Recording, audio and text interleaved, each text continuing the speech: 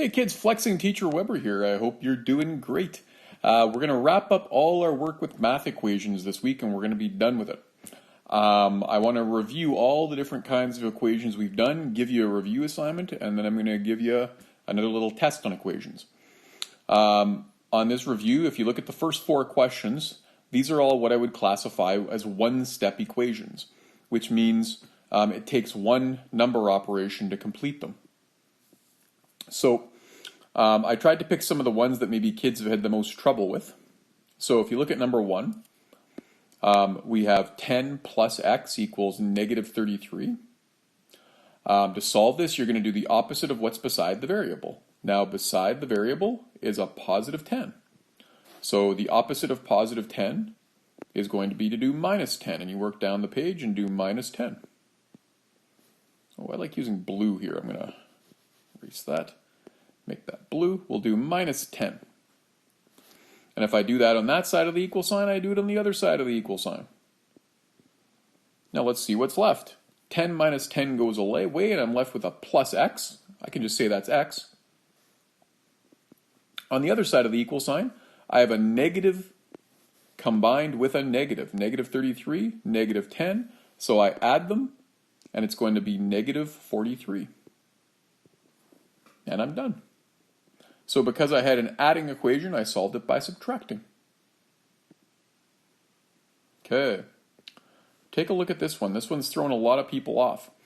Negative 18 equals x minus negative 4. Well, what you have to remember in this situation is that when you have a negative minus a negative, that makes a positive. So I would take a moment to rewrite this equation as negative 18 equals x plus 4. Now to solve it, I do the opposite of what's beside the variable. Beside the variable is a plus 4. The opposite of plus 4 is minus 4. And I'll do the same thing on the other side of the equal sign. Once again, we're left with a situation where we have a negative combined with a negative.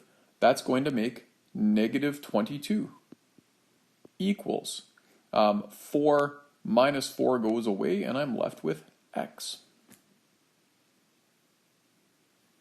So we had those kinds of equations.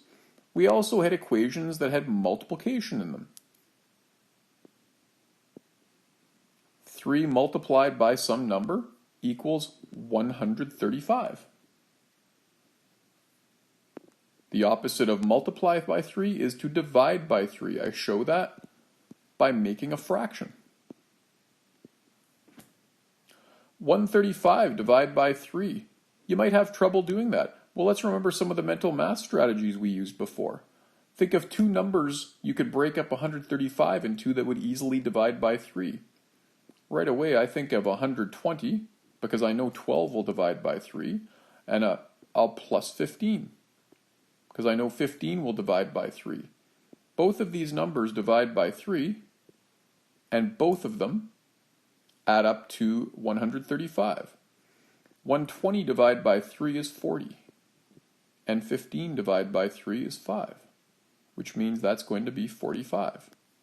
So when I work this equation out, 3 divided by 3 is 1x, and 135 divided by 3 is 45. Or I can just say x equals 45. When I have an equation with multiplication, I solve it by dividing. Okay, last one-step equation. I'm going to take a moment to rewrite this question in a little better way. X divided by 4 equals 9. This is a dividing equation. I solve it by multiplying. So I have a divide by 4. The opposite of divide by 4 is multiply by 4. Please use parentheses for that. And multiply by 4 on the other side of the equal sign. 4 divided by 4 means 1x, and 9 multiplied by 4 is 36. Or I can say x equals 36. Okay, those were all the one-step equations we did. The next thing we did is we combined some of those things for two-step equations. So if you take a look at number 5, 29 equals 6x minus 7, well, this works the reverse of order of operations. You're going to do the add and subtract first. So right here, I have a minus 7. The opposite of minus 7 is plus 7. And I will do that to both sides of the equal sign. I've noticed some people not putting the plus sign in front of the 7. You should put a plus there to show that you're adding 7 to both sides. Keep working out what the operations work out to. That's 36, and that's 6x, and this goes away. Now we have a multiplication equation here. We have 6 multiplied by x. The opposite of multiply by 6 is to divide by 6. And you're going to get 6 equals 1x. Or you could just say 6 equals x. I didn't show you any with decimals, but it really doesn't change anything. We have 4 multiplied by some number n plus 2 2/10 equals 6 2/10. Well, do the add that's beside the variable first. The opposite of add 2 2/10 is to subtract 2 2/10. And you do that to both sides of the equal sign. I've got 4n right here. And on the other side of the equal sign I have 4. That's a multiplication equation. Solve it by dividing both sides by 4. And you're going to get 1n equals 4. No, you're not. You're going to get 1n equals 1. Or just n equals 1. Okay, so those are two-step equations. Now just to add something onto that, we haven't done one of these yet, but you could get something like this. 8x minus 10 equals 20 plus 50. What I'd probably do here first is do 8x minus 10, and I would add up this 20 plus 50 to get 70. And then I would solve it like any other equation. I have a minus 10. The opposite of minus 10 is plus 10. Do it to both sides. 8x equals 80. Now you have a multiplication equation. You have an 8 multiplied by x. The opposite of multiply by 8 is to divide by 8. And you're going to get x, or 1x, same thing, equals 10. And remember, that can just be x equals 10 if you want. They both mean the same thing.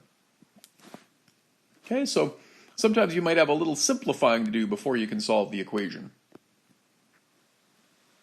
Same thing with this one, variable on the other side. I have a 5 minus 1 equals 3x plus 1. I'd probably just simplify that 5 minus 1 first. Equals 3x plus 1.